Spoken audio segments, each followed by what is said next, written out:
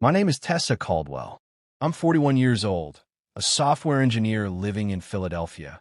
In my entire life, I've been the person who pays attention to everyone else.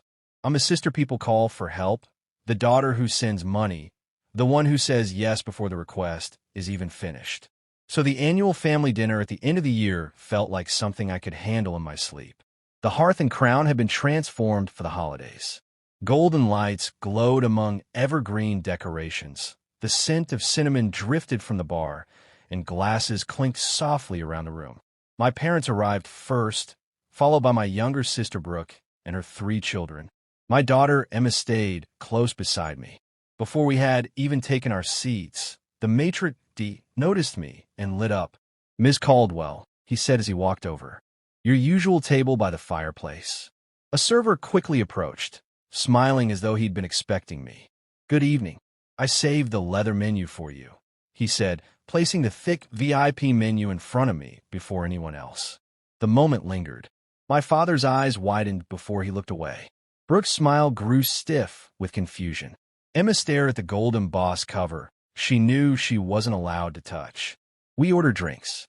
Brooke's children chatted excitedly about lobster and king crab as though ordering them was a certainty. I was still pretending to read the menu when my father cleared his throat and spoke to me in the same tone he used when laying down a rule. "Make sure Emma orders something inexpensive," he said. "We're not paying for her tonight." Emma's fingers stopped on the edge of her children's menu. The room suddenly felt thinner, as though the fireplace had consumed all the air. I nodded once, carefully composed. Noted, but something inside me, something old, patient, and exhausted, finally shifted like a bolt sliding free. My father's comment simply put words to what I've been carrying for years. I was the dependable child. Straight A's, weekend jobs, scholarships.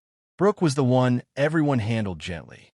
When she totaled Dad's SUV at 16, another, newer one appeared within days.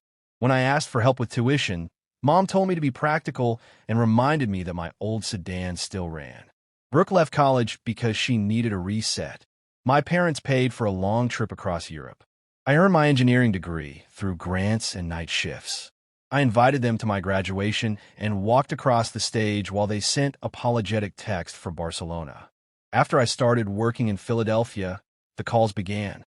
A roof damaged by a storm. Property taxes. Brooke's repossessed car. I sent money and kept convincing myself it was temporary. Still, I maintained a spreadsheet, dates, amounts, totals, as though I needed proof that I existed. At a technology conference, I met Evan Cole. He fell in love with me, then with Emma, and eventually with the quiet life I kept trying to build.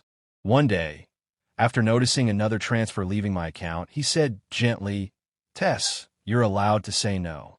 I laughed it off. Emma didn't. She noticed everything. When she won a trophy at her science fair, she received a quick nice before my parents turned the conversation back to Brooke's children. They missed Emma's first violin recital, yet showed up early with snacks and cameras for one of her cousin's games. On Emma's birthday, she received a card. Her cousin received a tablet. As we drove home, she asked, "Why don't they like me?" Now she sat beside me at the hearth and crown, her shoulders tense and her eyes lowered. My father waited for my response, and I felt that bolt inside me finally slide loose, a sound only I could hear. I closed the menu and looked at the waiter. "Separate checks," I said. "Mine covers Emma and me. Everything else goes on their card." Dad's mouth fell open. Mom's smile became strained. Brooke narrowed her eyes as though I had broken a rule only she understood. The waiter nodded and placed the payment tablet beside my father. The receipt printer chirped. Dad looked at the total and then at me, waiting for the old reflex that always rescued him. I stood. Emma coat. My daughter got out her chair. Her shoulders were still tight, but she quickly slipped her hand into mine. We walked past the fireplace, past the garlands, and out into the cold December air. Evan was waiting at the curb, the engine quietly running. He opened the back door for Emma. I shook my head once.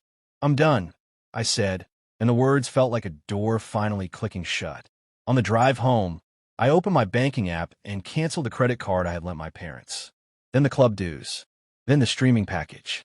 Then the internet bill. Then the lawn service. One tap after another.